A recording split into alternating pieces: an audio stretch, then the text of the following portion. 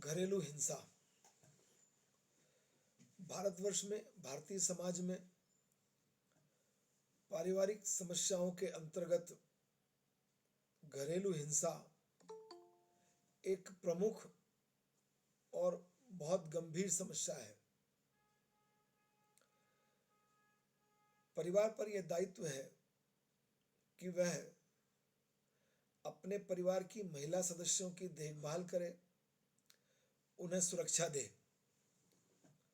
पर इसके स्थान पर जब उनका अपमान किया जाता है, उनका तिरस्कार किया जाता है, उनके साथ दुर्व्यवहार किया जाता है, तो यह बहुत चिंता का विषय है।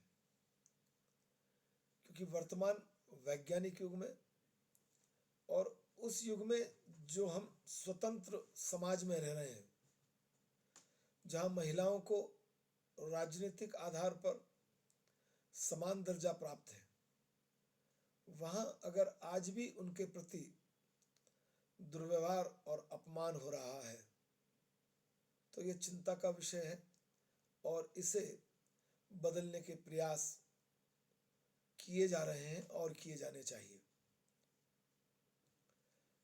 भारतवर्ष में सन 2001 को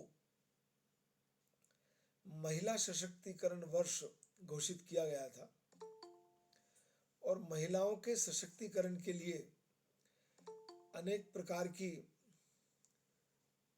योजनाएं लागू की गई थी। परंतु आज भी हम पाते हैं कि हमारे देश में महिलाओं के प्रति हिंसा, घरेलू हिंसा बहुत व्यापक पैमाने पर होती है, बड़े पैमाने पर होती है और यह आज के शिक्षित समाज में बहुत चिंता का विषय रहा है। परिवार में महिला को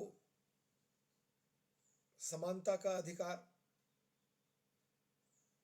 दिलाने के लिए राजनीतिक संरक्षण दिया गया। संविधान में महिला और पुरुष दोनों को समान अधिकार है।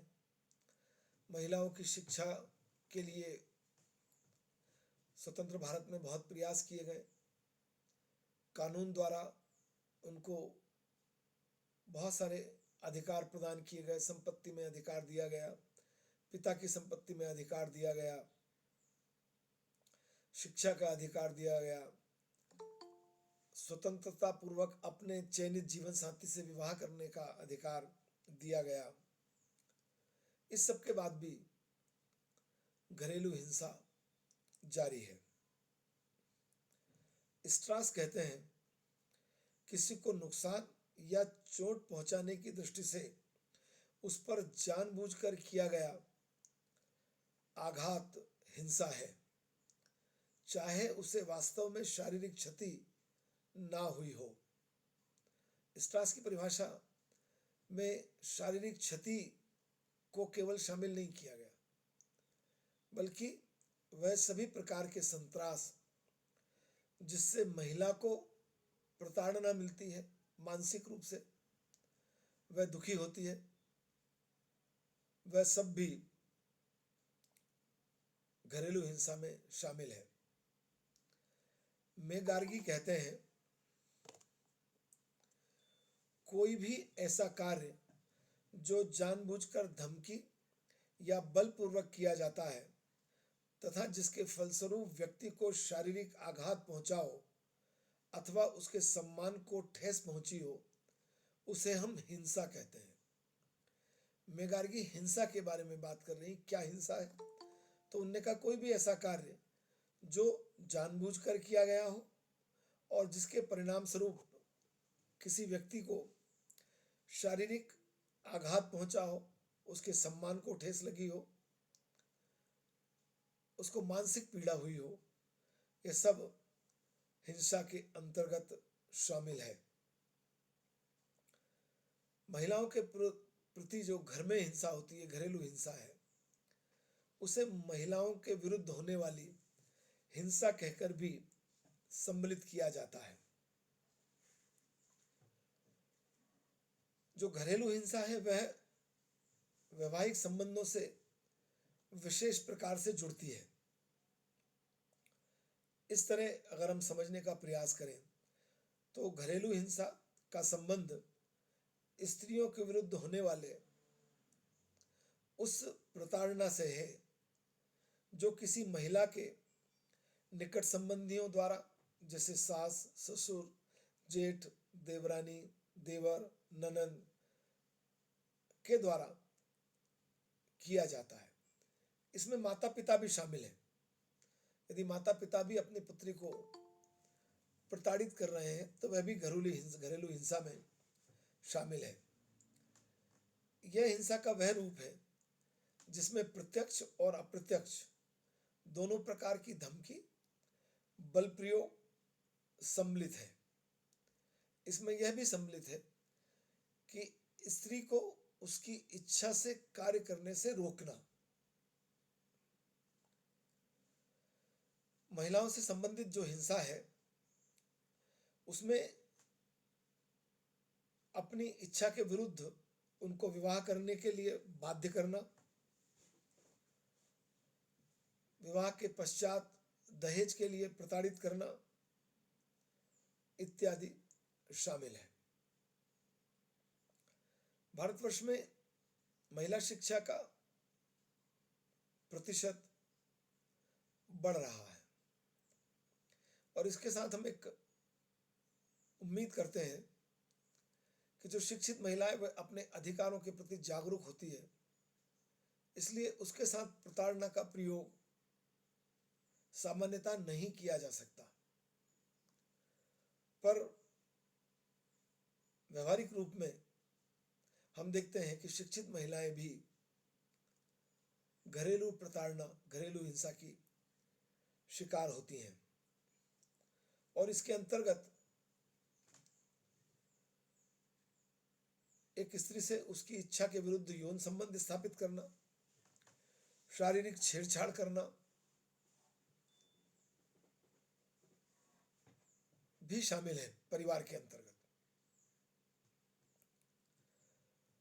पर घरेलू हिंसा की अगर हम बात करें तो घरेलू हिंसा का संबंध केवल उस प्रकार की प्रताड़ना से है जो किसी परिवार के सदस्य द्वारा, एक सदस्य द्वारा या एक से अधिक सदस्यों द्वारा अकेले या मिलकर दी जाती है। और यदि इस संदर्भ में हम देखने की कोशिश करें तो इस संदर्भ में घरेलू हिंसा केवल वह हिंसा है जो परिवार के सदस्यों द्वारा एक स्त्री के विरुद्ध की जाती है। घरेलू हिंसा के भारतवर्ष में अगर प्रकार देखने की कोशिश करें तो पहला है दहेज, यातनाएं और हत्याएं।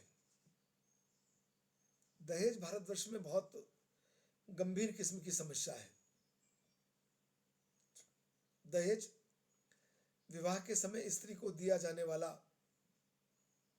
धन है, वस्तु है जो उपहार में दी जाती है और यदि यह स्वेच्छा से उपहार में दी जाए तो कोई समस्या नहीं है, क्योंकि प्रत्येक माता पिता और परिवारजन अपनी आर्थिक स्थिति के अनुसार, अपनी सामर्थ्य के अनुसार अपनी बेटी को आवश्यक दान दहेज देकर विदा करते हैं।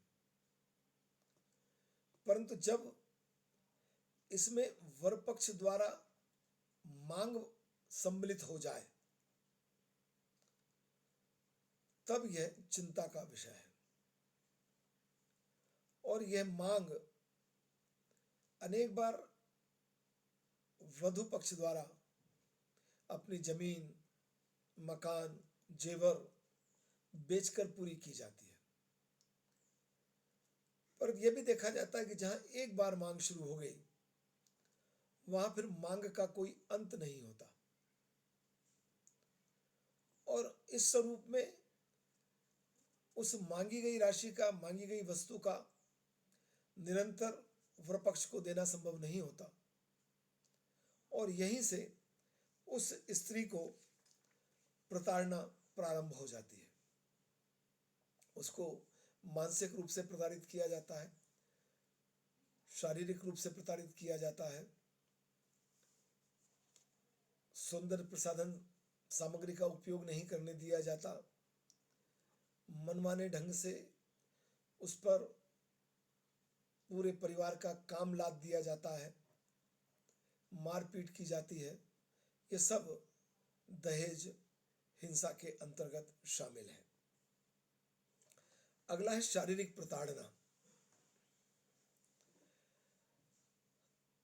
पति द्वारा अपनी पत्नी को शारीरिक रूप से प्रताड़ित करना, मारना, पीटना इत्यादि इसमें शामिल है।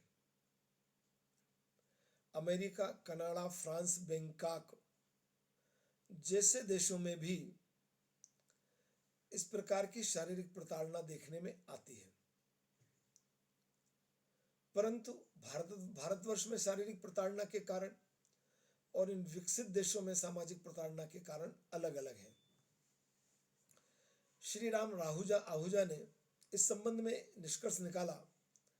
उनके अनुसार अधेड़ उम्र की महिलाओं की तुलना में 25 वर्ष से कम आयु की नवविवाहितों के साथ शारीरिक प्रताड़ना की घटनाएं अधिक होती हैं। शिक्षित महिलाओं की तुलना में अशिक्षितों के साथ शारीरिक प्रताड़ना अधिक होती है, उन्हें मारा पीटा ज्यादा जाता है। निर्धन परिवारों में महिलाओं के प्रति शारीरिक प्रताड़ना अधिक देखने में आती है। पति अपनी पत्नी को उस समय अधिक पीटते हैं जब वे नशे में नहीं होते। इसका तात्पर्य यह भी है कि नशा जो है वो पारिवारिक हिंसा, शारीरिक प्रताड़ना का एक बहुत प्रमुख कारण नहीं है। अधिकांश मामलों में स्त्री को दी जाने वाली शारीरिक यातना का संबंध पारस्परिक संदेह पर अधिक होता है। घरेलू हिंसा का यह वह रूप है जिसमें सामान्यतः पीड़ित पक्ष पुलिस में जाकर रिपोर्ट नहीं करता, क्योंकि अधिकांश महिलाएं अपना वैवाहिक जीवन बचाना चाहती हैं और उनमें सहनशीलता की प्रवृत्ति अधिक होती है और यही सहनशीलता उनके शोषण का कारण बन जाती है। अगला है भावनात्मक और लैंगिक दुर्व्यवहार। डॉक्टर पी वेणुगोपाल के अनुसार भावनात्मक दुर्व्यवहार का तात्पर्य पति या पत्नी के दूसरे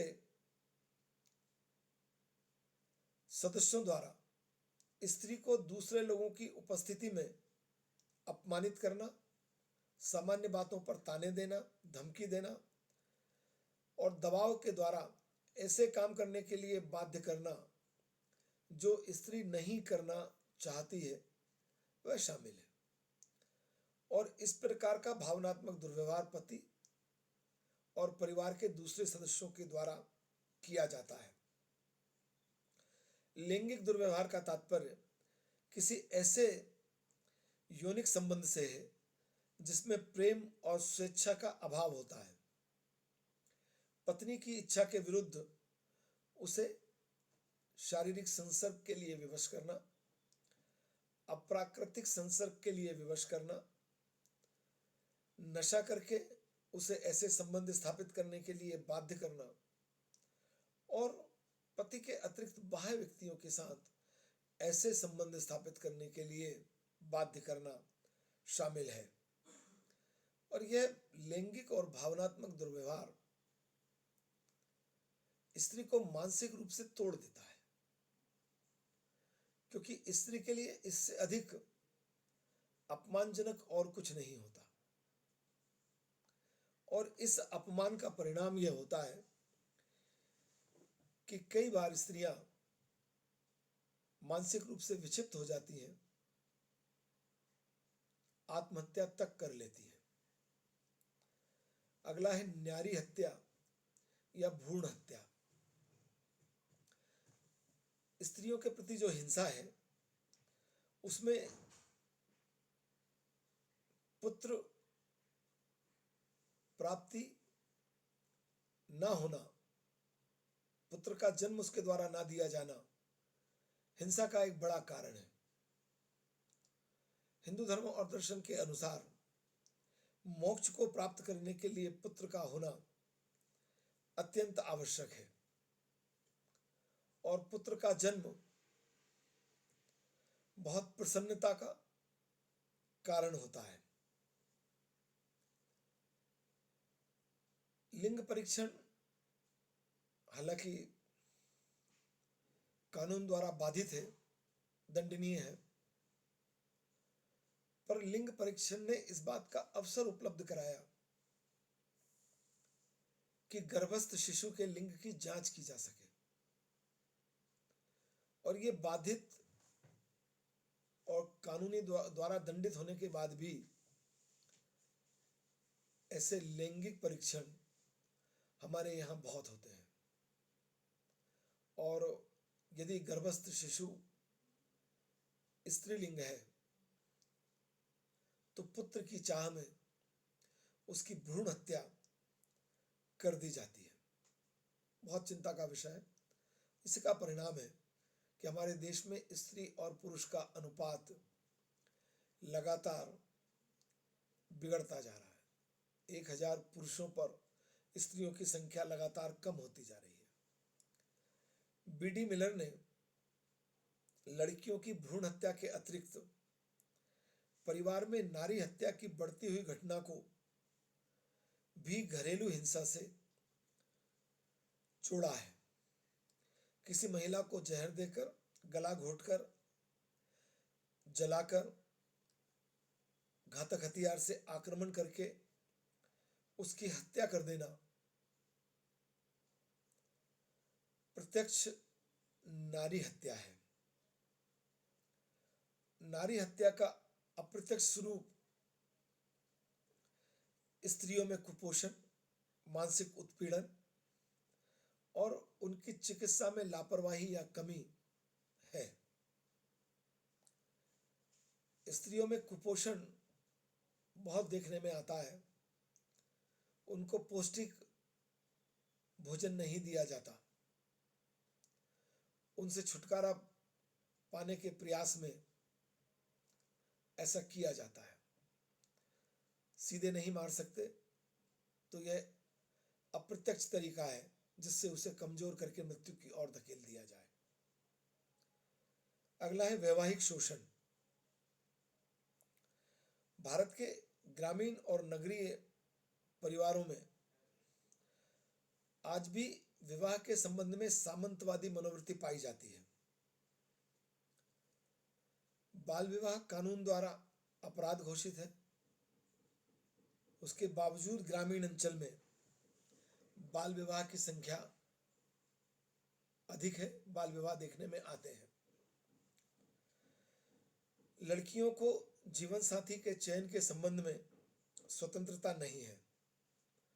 जब जीवन साथी के चयन की स्वतंत्रता ही नहीं है तो अंतरजातीय विवाह की स्वतंत्रता की तो हम कल्पना ही नहीं कर सकते। और यदि दुर्भाग्य से कोई लड़की किसी दूसरी जाति के लड़के के साथ, कोई लड़का किसी दूसरी जाति के लड़की के साथ या किसी दूसरे धर्म के लड़के लड़की के साथ प्रेम करने लगे तो उनकी हत्या कर दी जाती है, जान से मार दिया जाता है। इस संबंध में डॉक्टर स्वर्ण सकुजा का कथन है, एक अजनबी घर में जाकर प्रत्येक सदस्य को खुश रखने का प्रयास, दहेज से संबंधित ताने, सुगढ़ गृहिणी न होने का आरोप, पति की गुलामी व प्रत्येक अत्याचार को सहन करने की प्रवृत्ति जैसी दशाएं अधिकांश लड़कियों के लिए वैवाहिक जीवन की एक सच्चाई है। और इसी का परिणाम है कि एक लड़की इस सब प्रकार की प्रताड़नाओं से अपने व्यक्तिगत और सामाजिक अस्तित्व को भूल जाने के लिए विवश कर दी जाती है। अगला है आर्थिक शोषण। भारतीय समाज सामान्यतः पुरुष प्रधान समाज है, जहां पुरुष ही काम करता है, महिला घरेलू काम करती है। पर वर्तमान में महिला शिक्षा बढ़ रही है और महिलाएं भी आर्थिक रूप से स्वतंत्र होना चाहती है। वह घर का काम तो कर ही रही है, घर के काम के अतिरिक्त वह परिवार की आर्थिक सहायता के लिए भी काम कर रही है, आर्थिक दायित्व पूरा कर रही है। ऐसे में हो ये रहा है कि वे महिलाएं जो धन कमा कर लाती हैं, नौकरी से जो राशि कमाती हैं, उसका स्वतंत्र रूप से उपयोग करने की आज्ञा भी उनको नहीं होती और पति और परिवार के अन्य लोग उस पर अपना अधिकार जमा लेते हैं। न्यायमूर्ति डॉक्टर वेणुगोपाल ने इस संबंध में लिखा है, कामकाजी स्त्रियां कठिन मेहनत के बाद जो आजीविका प्राप्त करती हैं, उसे दबाव या डरा धमकाकर पति द्वारा हड़प लेना एक सामान्य प्रवृत्ति है और इसका परिणाम है कि आर्थिक रूप से सक्षम होने के उसके प्रयास के बाद भी उसको किसी प्रकार की आर्थिक स्वतंत्रता प्राप्त नहीं हो पाती। अगला है विधवाओं के प्रति हिंसा। हिंदू धर्म और दर्शन में आप मानते हैं कि विवाह जन्म जन्मांतर का संबंध है और दुर्भाग्य से अगर कोई स्त्री विधवा हो जाए, पति की मृत्यु हो जाए, तो अतीत में तो सती प्रथा जैसी कुप्रथा पाई जाती थी। आज कानूनी रोक के कारण अब सती प्रथा का अस्तित्व नहीं है, तो उसका परिणाम यह है कि वो स्त्री को विधवा जीवन जीना पड़ता है। विधवा पुनर्विवाह की आज्ञा कानून प्रदान करता है, पर समाज में विधवा पुनर्विवाह की सामाजिक स्वीकृति अभी तक नहीं बन पाई है और इसका परिणाम यह है कि विधवाओं के प्रति परिवार में दुर्व्यवहार, हिंसा, उन पर सामाजिक, आर्थिक, धार्मिक निर्योग्यताएं आदि लाद दी जाती हैं और पति की मृत्यु के बाद उसके ससुर, जेठ, ननंद, देवर, देवरानी, जेठानी जैसी स्थिति है, उन सबके द्वारा उसके साथ दुर्व्यवहार किया जाता है। कानून द्वारा विधवाओं के पुनर्विवाह की आज्ञा मिल जाने के बाद भी 35 वर्ष से कम आयु की विधवाओं में से केवल 6% विधवाओं का ही पुनर्विवाह होता है। यह साबित करता है कि विधवा पुनर्विवाह को अभी सामाजिक स्वीकृति नहीं मिल पा रही है। इस संबंध में प्रोफेसर अरविंद जैन का कथन है, जब परिवार में ही स्त्रियों के विरुद्ध हिंसा आरंभ हो जाती है तो महिलाओं का जीवन रिश्तों की किसी भी छत के नीचे सुरक्षित नहीं रह पाता। परिवार सुरक्षा प्रदान करने का सबसे पहला स्थान है और यदि उस पहले स्थान पर ही महिला को प्रताड़ित किया जाए, अपमानित किया जाए, तो कैसे उसके सुरक्षा के उपाय किए जा सकते हैं, कैसे उसको संरक्षण मिल सकता है। यह चिंता का विषय है। कानून बना देने से यह सब कुछ बदलने वाला नहीं है। इसके लिए शिक्षा और सामाजिक जागृति की आवश्यकता है। भारतवर्ष में घरेलू हिंसा क्यों है, क्यों होती है? इतना समाज शिक्षित हो जाने के बाद, विकसित हो जाने के बाद, आर्थिक रूप से आत्मनिर्भर हो जाने के बाद भी घरेलू हिंसा क्यों पाई जाती है? उसके कारणों में पहला कारण है पितृसत्तात्मक समाज व्यवस्था। समाज व्यवस्था दो प्रकार की होती है, पितृसत्तात्मक और मातृसत्तात्मक। जहां परिवार का मुखिया पुरुष है, परिवार के संबंध में नियंत्रण लेने का अधिकार पुरुष को है, जहां वंश परंपरा पुरुष से चलती है, ऐसे परिवार पितृसत्तात्मक पितृवंशी परिवार है।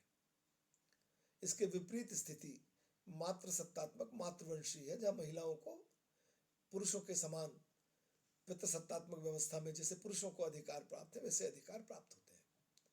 पर विकसित और सभ्य समाज में पितृसत्तात्मक व्यवस्था ही देखने में आती है।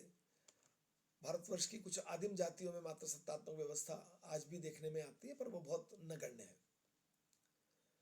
और इस पितृसत्तात्मक पुरुष व्यवस्था का एक दुष्प्रभाव यह है कि पुरुष के पास सभी प्रकार के अधिकार हैं। वह अपने आप को स्त्री से श्रेष्ठ समझता है। अधिकार, व्यवहार, नैतिकता के सभी मापदंड, सभी नियम उसके द्वारा बनाए जाते हैं और वह अपेक्षा करता है कि उसके द्वारा बनाए गए इन नैतिकता संबंधी सभी मापदंडों का पालन स्त्री के द्वारा किया जाए, चाहे वे स्त्री शोषण ही क्यों ना करती हों।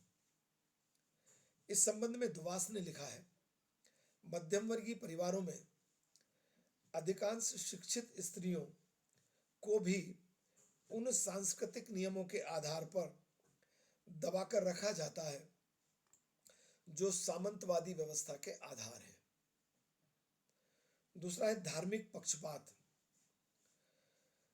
भारतवर्ष में घरेलू हिंसा का एक प्रमुख कारण स्मृतिकारों द्वारा महिलाओं के प्रति एक भेदभावपूर्ण दृष्टिकोण, मनोवृत्ति को अपनाना भी रहा है। स्मृतियों में व्यवहार के ऐसे नियमों का उल्लेख किया गया है जिसमें पवित्र जीवन के लिए स्त्रियों पर अनेक प्रकार के कठोर बंधन लगाना आवश्यक माना गया। उनको संपत्ति के अधिकार नहीं होना चाहिए, विधवाओं पर अनेक प्रकार के बंधनों को लगाना ईश्वरीय है।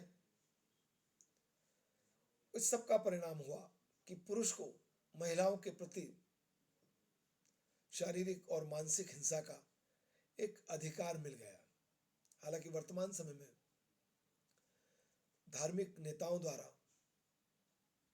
इस संबंध में बहुत काम किया जा रहा है कि स्त्री की स्वतंत्रता, शिक्षा पर ध्यान दिया जाए, क्योंकि यदि स्त्री शिक्षित है तब परिवार शिक्षित है। बच्चों को संस्कृति का हस्तांतरण और सामाजिकरण सबसे पहले स्त्री के द्वारा ही किया जाता है। इसलिए स्त्री को सम्मान मिले, इसके लिए धार्मिक नेताओं द्वारा बहुत काम किया जा रहा है। अगला है महिलाओं में अशिक्षा। घरेलू हिंसा का यह एक प्रमुख कारण है। 2011 की जनगणना के अनुसार भारत में 65.46% महिलाएं साक्षर थी। ये प्रतिशत केवल साक्षरता का है। लड़कियों में तकनीकी शिक्षा इसमें शामिल है, पर उसका प्रतिशत बहुत कम है।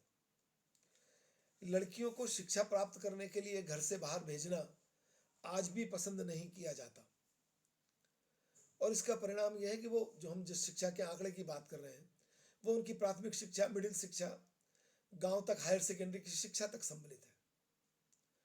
जो तकनीकी शिक्षा है, जो विशेष प्रकार की उच्च शिक्षा है जिससे उनको आत्मनिर्भरता मिलती है, स्वतंत्र चिंतन मिलता है, आर्थिक गतिविधियों में भाग लेने की प्रेरणा मिलती है, वैसी शिक्षा अभी भी देखने में कम आ रही है।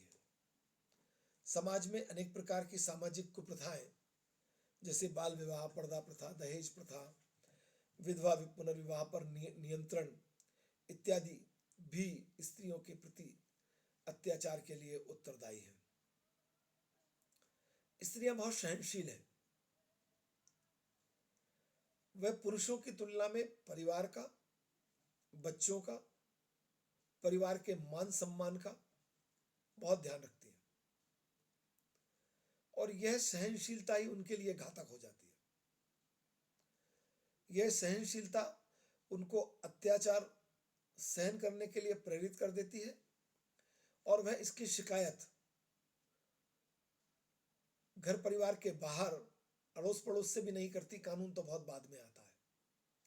उनको ऐसा लगता है कि ऐसा करने से परिवार की प्रतिष्ठा प्रभावित होगी और यह सहनशीलता उनके शोषण का कारण बन जाती है। नेक्स्ट है पारिवारिक तनाव। पुरुष प्रधान परिवार व्यवस्था में स्त्रियों को पुरुषों की इच्छा के अनुसार जीवन जीने के लिए, उनके अनुसार विचार करने, सोचने के लिए, व्यवहार करने के लिए बाध्य होना पड़ता है। पति पत्नी के विचारों में भिन्नता होने की स्थिति में पति के विचार ही प्रधानता पाते हैं। आय का निर्णय कौन करेगा, आय का व्यय कैसे होगा, यह सब पति के द्वारा होता है और इसका परिणाम है कि स्त्री असंतोष में रहती है, उसकी पारिवारिक निर्णय में सहभागिता नहीं होती और वह कभी अगर इसकी मांग करती है तो उससे परिवार में तनाव होता है और वह उसके प्रति हिंसा के लिए उत्तरदायी हो जाता है। अगला और अंतिम है हिंसा के प्रति निष्क्रियता। यदि आप आपके प्रति होने वाली हिंसा का प्रतिकार नहीं करेंगे तो हिंसा करने वाले व्यक्ति को कोई मानसिक दबाव नहीं होता और महिलाएं उनके प्रति होने वाली हिंसा के प्रति निष्क्रिय हैं, कोई प्रतिक्रिया नहीं व्यक्त करती। आस पड़ोस पर चर्चा नहीं, कानून तक जाना नहीं, जबकि कानून द्वारा उनको बहुत सारे अधिकार प्रदान किए गए हैं। वह कानूनी अधिकारों का प्रयोग करके अपनी पारिवारिक स्थिति को ठीक कर सकती है, घरेलू हिंसा से मुक्त हो सकती है, पर वह ऐसा नहीं करती और यह हिंसा के प्रति उनकी निष्क्रियता उनके शारीरिक शोषण के लिए, मानसिक शोषण के लिए उत्तरदायी है। घरेलू हिंसा को रोकने के लिए सरकार के द्वारा बहुत प्रयास किए गए। देश की आधी जनसंख्या लगभग महिलाओं की है। शोध के निष्कर्ष ऐसे हैं कि 70% महिलाएं अपने वैवाहिक जीवन में कम से कम 2 से 3 बार पति के हाथों प्रताड़ित होती हैं। अनेक कानून हैं पर उनको वो कानून संरक्षण नहीं दे पा रहे हैं। उनमें आत्मविश्वास और सामाजिक जागृति के परिणाम स्वरूप ही ऐसा होगा। घरेलू हिंसा से संबंधित अपराधों की सुनवाई के लिए 1994 में दिल्ली में 4 विशेष महिला न्यायालयों की स्थापना की गई। दिसंबर 1995 में महिलाओं के प्रति क्रूरता अपराध निरोधक कानून पारित किया गया। जनवरी 1996 में उच्चतम न्यायालय ने यह निर्णय दिया कि घरेलू हिंसा की शिकार महिलाओं के सम्मान के लिए उनके मामलों की सुनवाई बंद न्यायालयों में होनी चाहिए। सन 2002 में एक विशेष कानून द्वारा घरेलू हिंसा की शिकार महिलाओं का मामला न्यायालय द्वारा निस्तारित होने की अवधि तक संरक्षण गृहों में उन महिलाओं को रखने का प्रावधान किया गया। सन 2005 में घरेलू हिंसा से महिलाओं का संरक्षण अधिनियम पारित किया गया। वर्ष 2012 में हिंदू विवाह अधिनियम में यह व्यवस्था की गई कि प्रत्येक विवाहित स्त्री को अपने पति की आय में हिस्सा प्राप्त करने का अधिकार होगा। यदि घरेलू हिंसा रोकने के लिए कानूनी संरक्षण की बात करें तो पर्याप्त कानूनी प्रावधान उनके संरक्षण के लिए किए गए हैं, पर घरेलू हिंसा नहीं रुक पा रही है। घरेलू हिंसा को रोकने का केवल एक ही उपाय है कि इसका संबंध शिक्षा से है, आत्मविश्वास से है, आर्थिक निर्भरता से है, सामाजिक जागृति से है। इसलिए स्त्रियों की शिक्षा बढ़ाने के उपाय, स्त्रियां आत्मनिर्भर हों, इस बात का प्रयास, आर्थिक रूप से आत्मनिर्भर हों, इस बात का प्रयास, वह हिंसा के प्रति, उनके प्रति होने वाली हिंसा के प्रति निष्क्रिय ना हो, इसलिए उनमें जागृति को लाना इत्यादि आवश्यक है। और इस सब के परिणाम स्वरूप ही इस देश में महिलाओं को घरेलू हिंसा से बचाया जा सकता है।